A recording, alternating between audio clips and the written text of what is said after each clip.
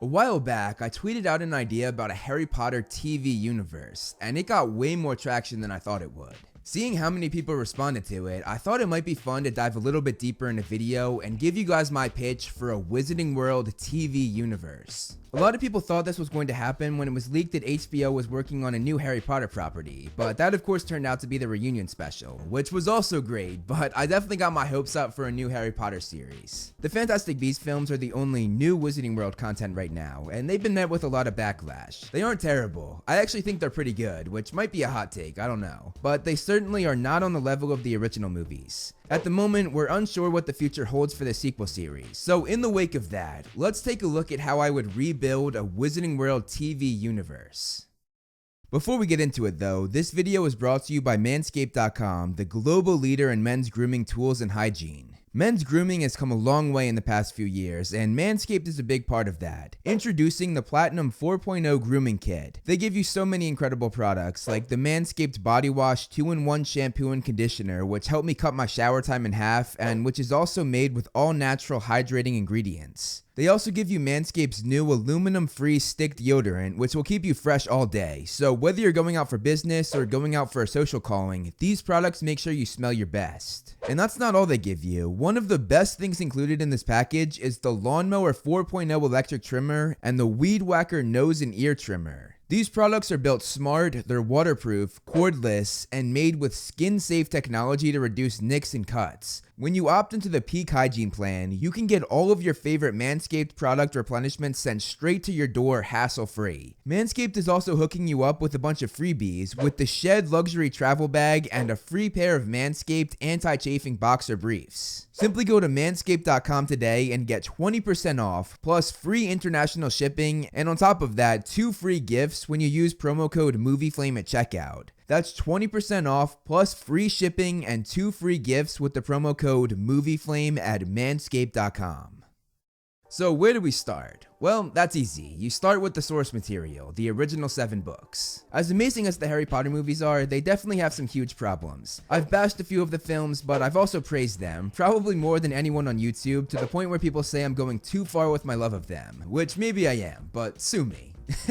As good as the films are though, there's no denying that they were limited by the time and space that they had. They were turning close to an 800-page book into a 2-hour movie, so obviously a lot is going to be cut and left out. To put it into perspective, it took me over 7 hours worth of videos to explain every single difference between each book and movie and what the films left out. So it's clear that the format of movies can only take you so far when it comes to an adaptation, especially when the source material is so thick. That's why we need the Harry Potter series to be remade into a TV show. 7 seasons, 1 for each book. I'd opt to have 15 to 22 40 to 50 minute episodes, which granted is on the heftier side when it comes to most streaming shows right now, but the budget would obviously be pretty large, meaning I think they can make this work. This would allow them to explore almost every aspect of every book, each season coming in at roughly 11.5 hours, give or take. Obviously, we wouldn't want it to be word for word because it's still an adaptation, but with this new format, they would definitely be able to fit way more of the source material in. One thing I would do though is have the first season have fewer episodes than the ones that follow, just so you can test the waters and also because it's the shortest book. With the creators given so much more time to work with, they could focus on so many things that the films never had time to go over. Things like the Midnight Duel in the first season, the Death Day Party in the second, Gryffindor winning the Quidditch Cup in the third, the entire Quidditch World Cup in the fourth, which could honestly eat up a whole episode, too many things to count in the fifth, like all of Quidditch, Hagrid's Tale, exploring the rest of the Department of Mysteries, and so on. Season 6 could add all of Voldemort's flashbacks, which was one of, if not my favorite arc in the whole series, and in the final season they could go much deeper into Dumbledore's past and focus much more on the Elder Wand's arc. There's just so much more to add and adapt that the films could never do, and it's actually doable in the number of episodes and hours that the creators have to do so. One of the biggest things I would want to see with this is fixing what the films got wrong, most notably the characters of Ron and Ginny. They made Ginny, one of the most interesting and likable characters in the books, boring as hell in the movies. And they of course made Ron dumb and took all of his big moments from him and gave them to Hermione. They could also give a faithful retelling of Harry and Hermione's relationship, which in the book was like a brother and sister, while they pushed a much more romantic arc in the movies. But most of all, they could fix the Goblet of Fire, which, as I've talked about many times, is my least favorite Harry Potter movie, as well as fix the tone of the Half-Blood Prince, which in the book was very dark, while the movie turned it into this romantic comedy for some reason. This could be Warner Brothers' chance to fix those mistakes and give us a faithful retelling of each book, each character, and each relationship. Also, when making a TV show, you have so many more people working on it, so you have multiple directors and multiple writers, which could be a very good thing. There's much more collaboration, meaning someone like Steve Kloves, the screenwriter for 7 out of the 8 films, and who had an obvious dislike for Ron and Ginny and a weird obsession with Hermione and Harry, wouldn't be set in his ways. Other writers could be like, hey, why are you writing these characters like this? That's completely unfaithful to the books. And the same goes for Mike Newell, the director that refused to read the book he was adapting until the last minute, then complained how big it was in interviews. He could be put in check by other directors and producers as well. This new TV format could actually keep everyone in check, ensuring it's free of bias from the big people in production.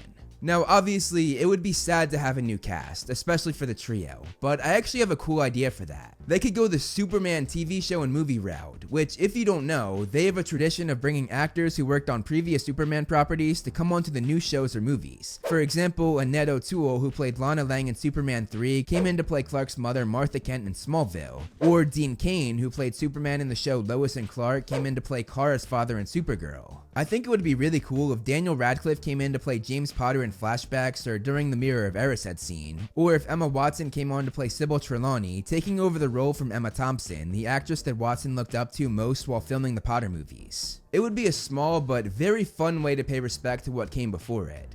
Also, way more people would watch. If you said that Emma Watson, Daniel Radcliffe, Rupert Grint, or even Tom Felton was in the new Harry Potter TV show, the hype would be ridiculous. So now that we have the first show based on the original 7 books, let's talk about how to expand this Wizarding World universe. Recently, we've actually seen a bunch of franchises be expanded in TV shows, like The Lord of the Rings making the Rings of Power, or Game of Thrones having the spin-off show House of the Dragon. There's so many things to focus on in the Potter universe, but I think the most desired show would be one about the Marauders. The films hardly touched on their past, but obviously that would change with the 7-season TV show because they would have way more time to go over it. In seasons 3, 5, and 7, they would have several flashbacks that show the young Marauders to go along with the older James played by Daniel Radcliffe. Bringing in actors for those flashbacks would then allow them to have their own spin-off show about James, Sirius, Lupin, Pettigrew, Snape, and Lily during their time at Hogwarts. For me, I would have the opening scene be Lupin being bitten by Greyback before he went off to school, because I think that would make for a very thrilling opening and something that would really draw the audience in.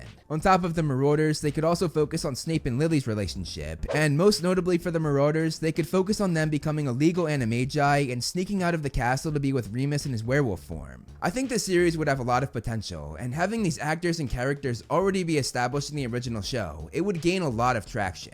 Now, another show I want to pitch is one where we have to go way back, because I want to focus on the 4 founders of Hogwarts in 990 AD. A spin-off show about Gryffindor, Slytherin, Ravenclaw, and Hufflepuff could be epic, because we know a bit about them, enough that you could have a solid foundation, but there's a lot of creative freedom. I actually did a project in my senior year of film school where I did exactly what I'm doing in this video. I pitched a Harry Potter TV series about the 4 founders of Hogwarts, and I even outlined a few episodes, which I'll go over right now. I outlined them seeing the Salem witch trials affecting witches and wizards, so they decided to make a safe place where kids could learn magic without being prosecuted. Throughout the series, I had them create the castle together, I outlined their rift as Slytherin only wanted purebloods while the other 3 wanted everyone, and I outlined Slytherin finding, breeding, and holding the basilisk in the Chamber of Secrets, which would make a great cliffhanger at the end of one episode as they just revealed this huge chamber in the last shot. I also added Helena Ravenclaw to the mix, who is Rowena Ravenclaw's daughter. I had her start at the new school, had her be isolated because everyone knew her mother was one of the heads of Hogwarts, and I explored her jealousy of her mother, which would ultimately lead to her stealing the diadem. I also explored her relationship with another student who would later go on to be her killer, the Bloody Baron. This is another show that has a lot of potential, and I could see it adding a lot of great lore to the Wizarding World. Then the show that I personally want to see more than anything else is a prequel series about Tom Riddle, my favorite character. Like the Marauders, the main Harry Potter TV series would cover all of the flashbacks, meaning they already cast multiple actors for Tom Riddle, so they would already have the stars of the show. My thought for the first scene of this show would be Tom taking those kids from the orphanage to the cave, and we might finally find out what exactly happened to them, as they came out never being the same.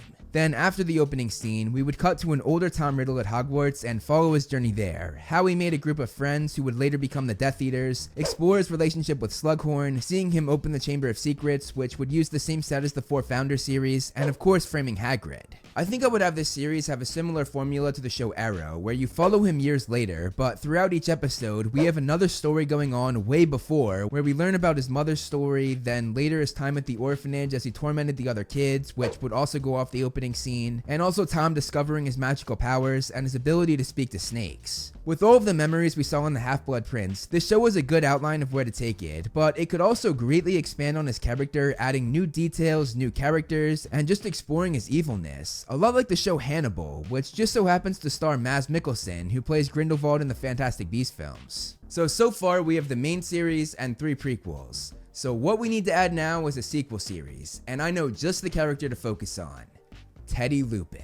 I would not want to follow the Trio's kids, that's just too close to home. I think it would be much more interesting to follow a younger Teddy as he deals with being an orphan, learns about his parents' bravery during the Battle of Hogwarts but sort of resents them for it, and obviously Teddy going off to Hogwarts, which houses endless opportunities. This is a time period that we don't know much about, a time that takes place between the Battle of Hogwarts and the epilogue 19 years later. This gives the showrunners a ton of freedom to get creative and create their own original stories. But one thing I would love for them to focus on is Victoire Weasley, Bill and Fleur's daughter, because as we find out in the epilogue, Teddy and Victoire are dating, so there's a lot to explore there, and they're also one of the most talked about couples in the Harry Potter fandom, even though we know nothing about them. If you ask me, this is the best route to go for a sequel series, because it fills in a huge chunk of those 19 years later, but at the same time, it would not totally rely on the original gang and their kids. It's a new character who fans have been wondering about for years. I have a lot of ideas for other spin-offs as well, like a show about the original Order of the Phoenix in the First Wizarding War, a show about Mad-Eye Moody in his prime as the best Auror of all time, and a show about Malfoy growing up in Malfoy Manor. But I was more excited to outline the other shows I mentioned, so I went with them in this video.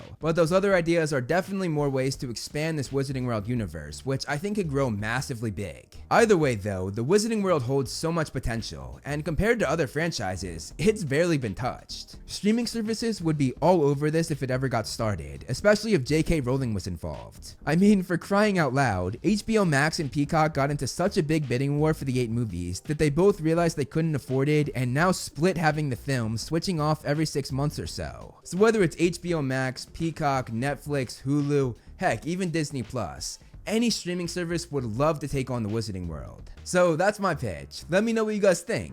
Also, I want to know what you guys would want from your own Wizarding World universe, so comment below, start some discussions. I would love to hear what you guys have to say. Anyway, that's all I have for you in this video, so I'll see you next week. Thank you so much for watching, guys. I hope you enjoyed the video. You can follow me on Instagram to see more of my personal life, like my cute dog Loki, and some behind the scenes movie flame stuff. I also do similar content on TikTok and Twitter that I do here on this channel, so if you like what I do here, check them out. All the handles are right below me, and links are in the description. Over here are my wonderful patrons. If you want to be featured on the next video, plus get a few other perks, become a patron today. As always, if you liked the video, hit that like button and subscribe, and look out for more great Movie Flame videos on the way.